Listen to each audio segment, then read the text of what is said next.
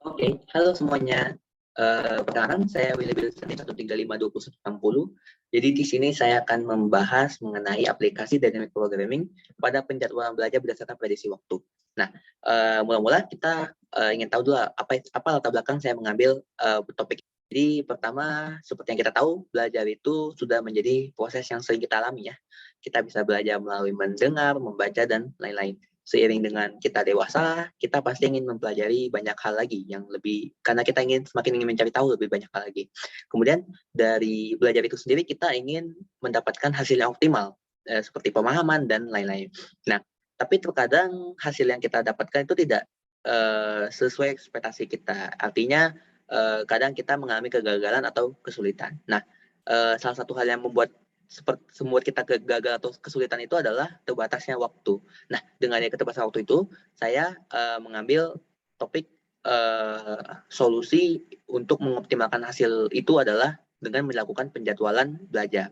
Nah, jadi akan dibahas di sini adalah algoritma dynamic programming dalam menentukan jadwal belajar itu sendiri supaya hasil yang kita peroleh itu optimal.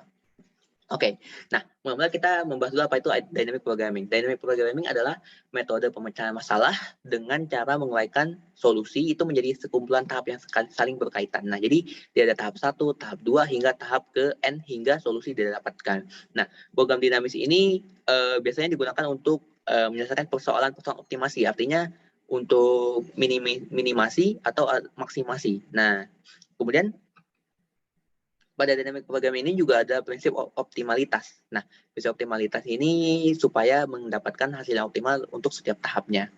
Kemudian karakteristik persoalan dinamis ini masing-masing tahap itu terdiri dari sejumlah status dan sejumlah status yang dinyatakan dari simpul-simpulnya tersebut.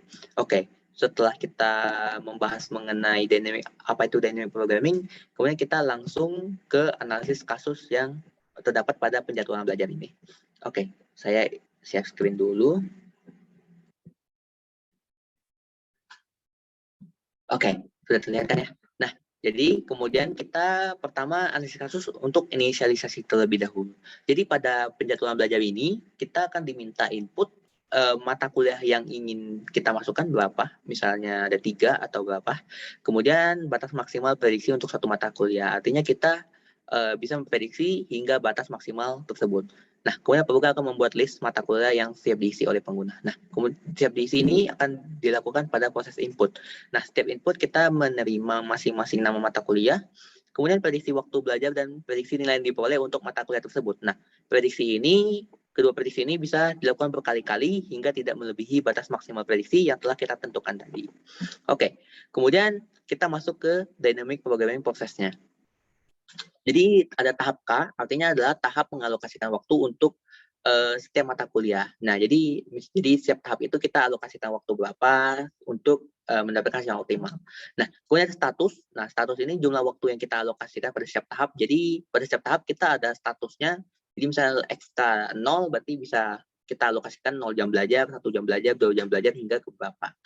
Nah, kemudian ada alternatif P, artinya prediksi waktu dan nilai yang diusulkan untuk setiap mata kuliah. Jadi, ini adalah setiap prediksi 1, misalnya prediksi kedua, prediksi ketiga, gitu. Nah, kemudian ada R ke KPK, ini artinya adalah keuntungan dari alternatif prediksi tadi pada prediksi 1 kah atau 2 kah pada tahap ke K. Nah, jadi keuntungannya berapa. Kemudian ini adalah keuntungan XK adalah keuntungan optimal dari tahap 1 sampai K yang diberikan oleh status XK. Nah, jadi XK tadi kan menyatakan jumlah waktu yang kita alokasikan. Nah, ini keuntungan optimalnya berapa. Oke. Kemudian ada basis dan recurrence. Basis dan recurrence ini adalah untuk menentukan keuntungan optimal pada tahap pertama basisnya. Ini menggunakan keuntungan dari setiap prediksi. Kemudian recurrence-nya adalah keuntungan dari setiap prediksi kita jumlahkan dengan keuntungan optimal dari tahap sebelumnya. Untuk recurrence-nya yaitu K lebih dari 1. Oke, untuk kodenya adalah seperti sini sudah saya cantumkan. Kemudian ada uji kasus. Oke, kita langsung uji kasus saja ya. Jadi misalkan ada 3 mata kuliah, oke, dengan strategi algoritma ada 2 prediksi, jam belajarnya 2, nilainya 80, jam belajarnya 3 sebanyak 100, di sama pasti ada 3 prediksi, start ini adalah 2 prediksi ya. Ini untuk kita ingin mencari nilai yang optimal yang bisa kita dapatkan dengan mengalokasikan waktu tertentu. Oke.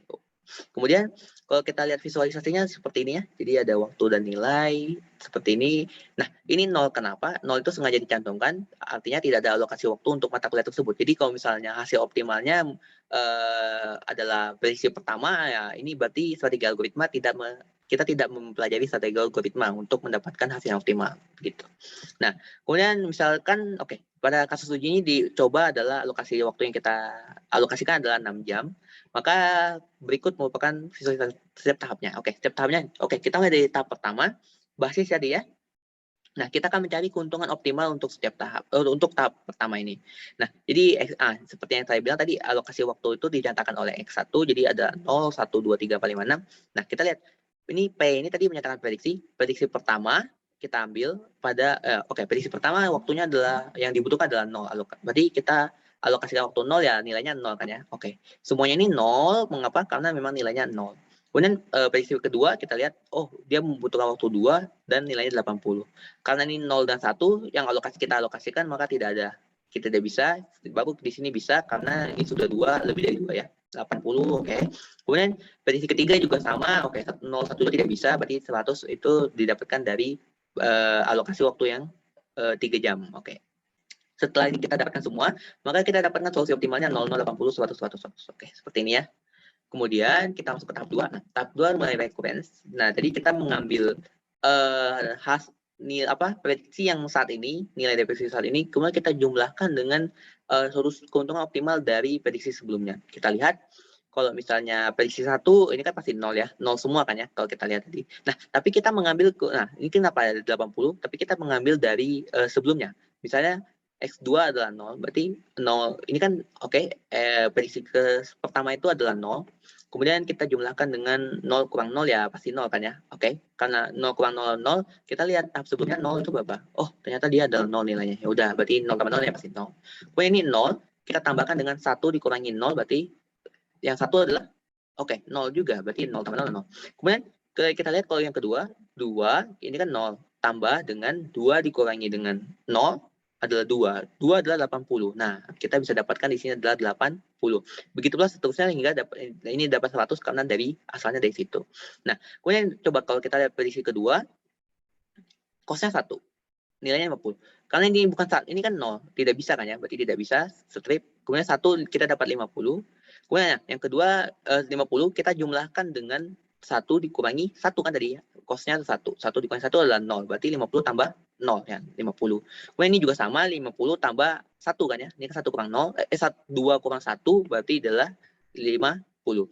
Kemudian 80 ini Kemudian yang ketiga, kita kurangkan dengan 1, hasilnya adalah 2. Kita lihat solusi optimal yang sebelumnya, yang kedua adalah 80. Berarti 50 tambah 80, 130. Itu caranya seperti itu hingga seterusnya, maka akan didapatkan solusi optimal seperti ini. Tahap ketiga pun begitu, sama, kita menggunakan tahap sebelumnya. Nah, ini akan dijumlah-jumlahkan dengan menggunakan prediksi waktu ini. Nah, inilah mengapa dynamic programming itu adalah proses menemukan solusi dengan tahap yang saling berkaitan. Nah, setelah sampai di sini, maka karena cuma ada 3 mata kuliah, berarti sampai 3 tahap saja, berarti kita sudah selesai menemukan solusinya. Nah, yang solusinya itu yang mana? Solusinya itu yang nilai yang kita peroleh yang terbesar, berarti di tahap ketiga, cost 6, 225.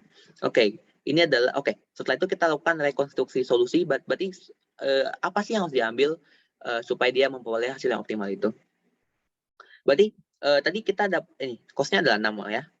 Kemudian kita dapatkan P3 bintangnya, artinya apa? Dia tuh prediksi keberapa yang diambil? Prediksi kedua ternyata.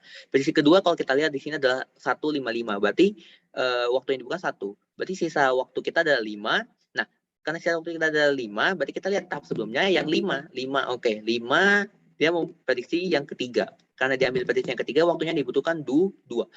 Waktu yang bukan 2, berarti kita kurangkan saja. 5 dikurangi 2 adalah 3. Berarti kita ambil yang 3 untuk tahap satunya.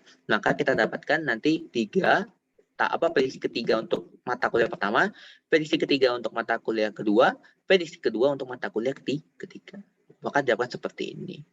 Oke. Nah, untuk lebih pasti ini kan dalam tahap visualisasi. Nah, kalau dalam tahap implementasinya dalam program, mari kita lihat. Nah, saya sudah buatkan seperti ini untuk input-inputnya juga tadi sudah sesuai. Nah, strategi algoritma, sistem operasi, dan probabilitas. Oke. Nah, maka ini prediksi keseluruhan mata kuliahnya. Prediksi 1, prediksi 2, kemudian prediksi 1, 2, 3. Oke, 150, 270, 490. Nah, nih 155, 3. Oke. Kita masukkan aja jam belajar maksimal kita miliki tadi adalah misalkan 6. Maka dia akan menggunakan seperti ini. Strategi algoritma 3 jam belajar 100, sisa operasi 2 jam belajar 70, probabilitas dan statistika 1 jam belajar 50, 1 jam belajar 55. Apakah sesuai dengan seperti yang tadi? Iya, sesuai ya. Oke, karena ini sudah apa? Begitulah aplikasi dynamic programming pada